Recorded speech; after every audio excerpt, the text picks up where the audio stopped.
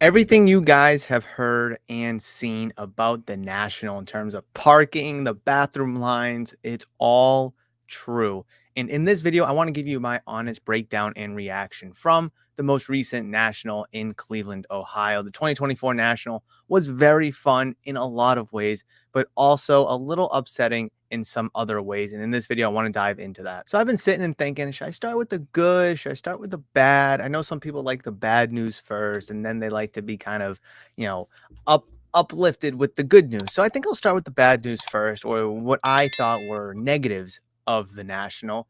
And it's in no particular order, like none of my lists are. But yes, the parking and the traffic was brutal. It was horrendous. Thankfully, I was with a friend of mine who had the yellow tag to get like the VIP or advanced parking, whatever it was called. So we were able to kind of sort of skip the line a little bit, or at least get a different parking area.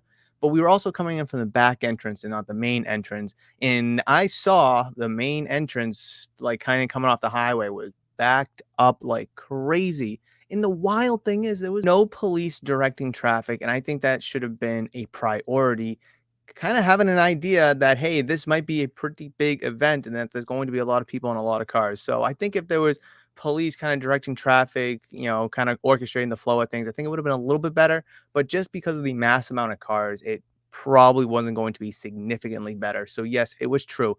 And also, yes, I saw tons of people walking from the road, from across the parking lot, like the other parking lot, getting out of their Ubers and stuff to walk in. I saw it all, and it was all very, very true. Very upsetting, to be honest, because last year with Chicago, there was no problems like that. Now, granted, a lot of people were able to stay at the hotels like across the street, but the flow of traffic for Ubers or people coming in to park was significantly easier and way, way better. Another thing floating around is the long, long lines for the bathroom. And yes, they were true. Now, the funny thing is, the women's restroom, there was no lines at all. Women could go in and out easy breezy. Usually it's the other way around, where the women's line is long and the men's line, you can just go in, go to the bathroom and come out. The lines for the men's room were so long at the front of the venue. It was crazy. Now, there was a couple other bathrooms sprinkled throughout that had lines, but nowhere near as bad. But yes, the lines were really bad. I had to go to the bathroom a couple times, and I saw the bathroom line. I'm like, oh no, I don't have to go to the bathroom anymore. So you really had to plan in advance just to go to the bathroom, guys, which I think is a huge negative for the venue, because I guess you can only have so many bathrooms, and it's hard to put more bathrooms in. But hey, why can't we get porta potties or something? Have them outside. You need to be able to plan better in order to host this kind of event. And it's not like Cleveland hasn't hosted the National before. They just had it 6 years ago. And listen, I know the hobby's in a way different spot than it was 6 years ago, but still, you should have been able to see what it was like from 2021, 2022, last year in Chicago, and be like, oh, maybe we should plan a little bit better and kind of go above and beyond to make sure everything goes right. So people would want to come back here for the National. And I'm going to be honest, Atlantic City was kind of a train wreck for a lot of people. Then you go to Chicago, everyone loves Chicago, and it's like, Cleveland, if you want it back, you got to live up to Chicago, and they weren't able to, unfortunately, just by talking about the traffic, the parking, and just the bathrooms. I haven't even got into like the physical hobby aspect of itself. I'm just talking about the venue. I haven't talked about prices or selections or anything like that. But speaking of which, I do want to talk about how cards were overpriced. And I know at big show or any show like that, cards are going to have a premium, be overpriced in a way, and you got to kind of negotiate a little bit. Fully expect that when I set up at shows. However, there's no percentage that I put on cards, like that premium percentage. It's like 5, 10, $15 maybe, give or take, depending on the price of the card. Like, we're not gonna have a $15 premium on a $10 card. I might have a $10 card priced at 15 maybe. I might have a $100 card priced at 110. So I mean, there's levels to it, and it definitely does varies and change, but countless times I saw $40 cards priced at 80. I saw $100 cards priced at 200. And maybe that can fly other parts of the country that they're from, that they set up regularly at, but I don't think you can do that at this kind of a show where people do want to spend money. They're willing to spend the money, but they're going to spend it strategically and smart. They're not going to just blow money just to get the card.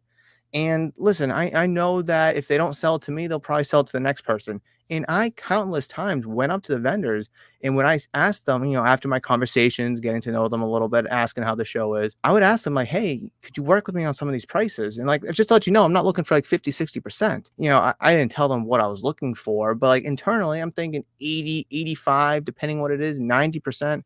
I know where I am. I know I'm going to have to spend money, and I'm okay with that. Some of the vendors were negotiable. But the thing is that kind of sucks. And again, it's their card. They can price it whatever they want at the end of the day. But what really kind of sucks is like you almost have to negotiate to that 85, 90% just to get it to comps. And then you can get it, and then you got to try to get it lower than that. For someone like me with the shop, I got to try to get into it lower to be able to sell it here at the shop for market value or possibly return a deal to somebody else. Now, again, I'm not going to speak for every vendor, but that was the case for a lot of vendors. And it was a little, underwhelming because I just remember Chicago and there's a lot of the same vendors there. So it's not like a location thing or these vendors may be changing their ways. I don't know, but I remember in Chicago, like I think the deals were pretty common, to be honest. Like, hey, can I get 80, 85% on this stuff? After some negotiating, boom, got a good deal on it. And 80, 85% of market value too. Now the thing with Cleveland this year, it's a smaller venue, so they had to remove some vendors, but there was a lot of new vendors that I don't remember from last year. Where are these guys coming from?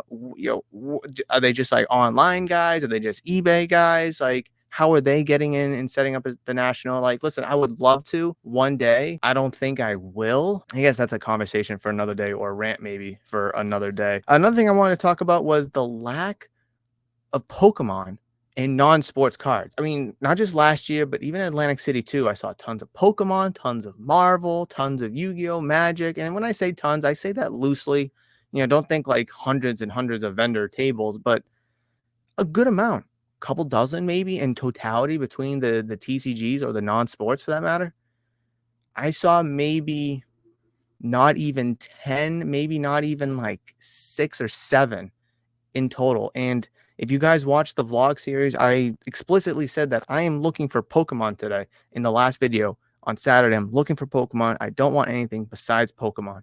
And I was only able to find 3 cards. And I think there was only like 2 or 3 vendors that had a lot of Pokemon or at least specialized in Pokemon. And I would really like to see the National try to pivot and gear more towards TCG and non-sports cards. Like, listen, you don't have to make it a complete TCG show like an anime con or a TCG show or anything like that. But like, I don't know, 30 tables, 25, 30 tables of TCG non-sport vendors, I think would really bring in a whole new crowd into the national on top of the sports collectors or sport flippers, sport hobbyists. They're going to go regardless. They go every year, they make it a trip, they want to see whoever signed, they want to go see their friends or whoever. So they're going to be going regardless. So for me, that was the biggest gripe because traffic, you only do so much with the bathroom lines, you only do so much with the national people, the people that orchestrate the national. I mean, those other two were on the convention center. But I mean, I would really like to see a more well-rounded because Pokemon is a huge part of this hobby nowadays. Whether people want to admit it or not, it is a huge part. And there is money to be spent. There is money to be made with Pokemon. And I think it's a huge market that's not being capitalized at some of these bigger shows, the National most recently. I mean, I know for me here at the shop, I originally didn't sell Pokemon. I tell the story all the time. I just wanted to be a sports card shop, but more and more and more people kept asking, "Hey, Murph, do you have any Pokemon?" And I said, "No, I don't." But it got to a point where I was tired of saying no. I dove into it, and now it's arguably the best seller here. So I think the National should kind of take a look and be like, hey, maybe we should venture out a little bit more and make sure we invite and have more Pokemon TCG non-sports sellers. So one more bad thing about the National is the food lines. Again, nothing you can do about it. It's more on the convention center that there's the line. I mean, there's tons of food spots too to choose from. It's just so many people wanted to eat, of course, at lunchtime. But even at like 3, 4 o'clock, the lines were kind of crazy. I mean, there's really nothing you can do about that one. It's just you had to plan in advance to go to the bathroom, to eat, to simply get there. You had to plan well in advance. But enough of the negatives because there was a lot of negatives here. But I want to get into the positives. And unfortunately, it's not the positives you may think or want it to be. For as highly as I speak about the National, the AC, the air conditioning worked for the most part. There were some areas where it wasn't working well, but for the most part, it was comfortable or comfortable enough compared to Chicago. Some spots it just wasn't working. So that's a plus.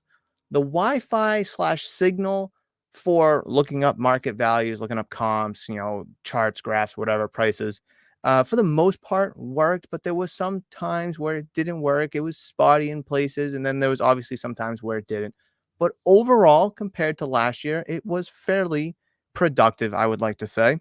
And then another positive is this one's a personal one, but getting to meet people, getting to know people, make connections and network, see old friends and such like that, I think is a really big positive and another reason why I love going to the national. So I wish I had more positives to talk about as I give you my exit briefing, my thoughts, reactions about the national. But unfortunately, I do not. And I know I might get kind of spit on because I talk so highly about the national. I look forward to it every year. I tell everyone to go. And I still do believe everyone should go to the national at least once to experience it. And I truly believe that every single year is going to be different. This time next year or just before the national next year, I'm still going to make my videos. I'm still going to be saying, hey, you guys should go to the national. Here's why I'm looking forward to the national. This is why the national is so great. I'm still going to make those videos, guys, because every year is truly different. I'm excited for the national. I'm already excited for next year's national. Like I'm waiting to make my hotel reservation. Like I'm like itching to do it. But yeah, I mean, I wish I had more good to talk about. But you know what? Not every show is going to be a home run hit. Not every show is going to be awesome. You're not going to get the best deal. You're not going to be able to sell all of your cars that you don't want anymore. Every show is truly different. And I think that's perfectly okay. I didn't hear about nobody stealing or no scams or anything or anybody getting arrested or nothing like that. So, I mean, I guess that's a positive to take away. But guys, if you went to the National, please comment down below your thoughts and opinions. How was your experience at the National? Is it any different than mine?